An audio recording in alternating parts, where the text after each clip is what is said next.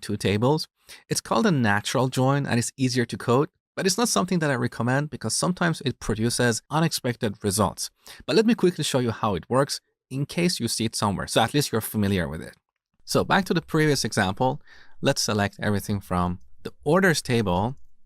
Now we should do a natural join with the customers table. Now with these natural joins, we don't explicitly specify the column names. So the database engine will look at these two tables and it will join them based on the common columns, the columns that have the same name. And that is the reason this query is shorter to write. So for clarity, let's pick a couple of columns here, O.order ID and C. Let's say first name. Let's execute the query. There you go. So we see all the orders and the customers who placed them. So natural joins are really easy to code, but they can be a little bit dangerous because we're letting the database engine figure out or guess the join. We don't have control over it. For this very reason, natural joins can produce unexpected results, and that's why I discourage you to use them. You learned everything about joins. You learned that with joins, we can combine columns from multiple tables. But in SQL, we can also combine rows from multiple tables. And this is extremely powerful. Let me show you how that works. First, let's have a quick look at our orders table. So select everything from the orders table. Now, if you look at the data, we can see that the first order was placed in the current year, 2019. All the other orders were placed in previous years. Now, let's say we want to create a report, get all the orders, and next to each order, add a label. If the order is placed in the current year, the label is going to be active. And if the order was placed in previous years, we want to label it as archived. So let's change our query and add a condition here. First, we want to get all the orders in the current year. So where order date is greater than or equal to 2019-01-01. Now, I just want to highlight that this is not the ideal way to get the orders in the current year, because here we have hard-coded 2019. So if we execute this query next year, we're not going to get the right result. But don't worry about this for now. Later in the course, I will show you how to get the orders in the current year without hard-coding a date here. So let's execute this query. Now we get only one order. Let's handpick a couple of columns here. So order ID and order date. And also I want to add a string literal here, like active, right? Let's execute this query. This is what we get. We have three columns, order ID, order date, and active. And in this column currently we have this string value, active. Now let's rename this column to status and execute the query. That is better. Now we want to write another query similar to this that will return the orders in the previous years, but with a different label, archived. So to save time, I'm going to copy these few lines and paste them right after our first select statement. Now note that here we have a syntax error because we didn't terminate the first select statement with a semicolon, but don't worry about it. We're going to get back to this in a second. So for the second query, we want to return a different label, archived, and we want to change our condition to less than 2019. Now, select only these few lines and execute this query either by clicking on this icon here or using the keyboard shortcut that you learned earlier in the course. So there you go. Here are all the orders from the previous years with the label archived. This query returns 9 records. The previous query returned 1 record. Now, using the union operator, we can combine data from these two queries. So in between our select statements, we type out union. Now let's execute the query one more time. So here's our first order in the current year that is active. And below that, we have all the orders in the previous years. So using the union operator, we can combine records from multiple queries.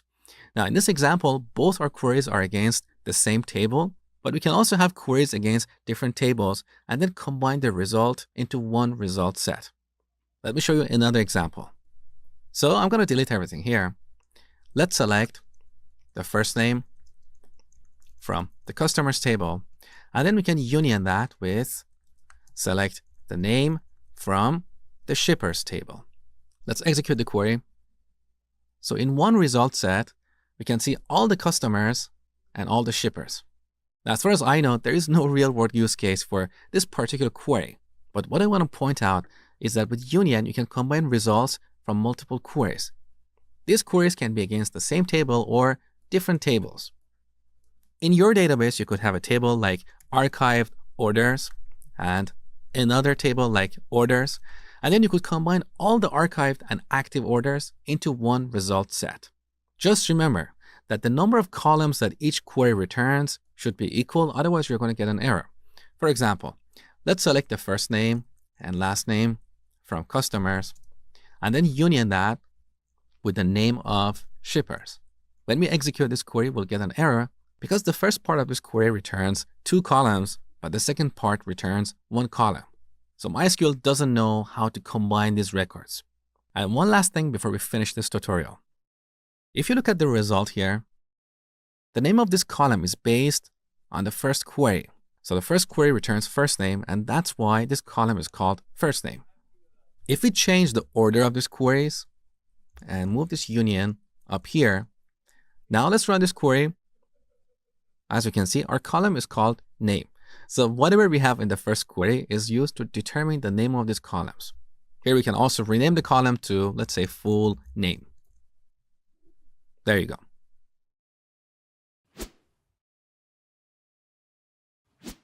All right, here's your exercise for this tutorial. Write a query to produce this report. So here we have 4 columns: customer ID, first name, points, and type. Now, as you know, we don't have this column in the customers table. So we have calculated the values in this column based on the points each customer has. If they have less than 2,000 points, their type is bronze. If they have between 2,000 to 3,000 points, they are silver customers. And if they have more than 3,000 points, they are gold customers. Also note that here we have sorted the result by the first name. So go ahead and spend 2 minutes to write this query.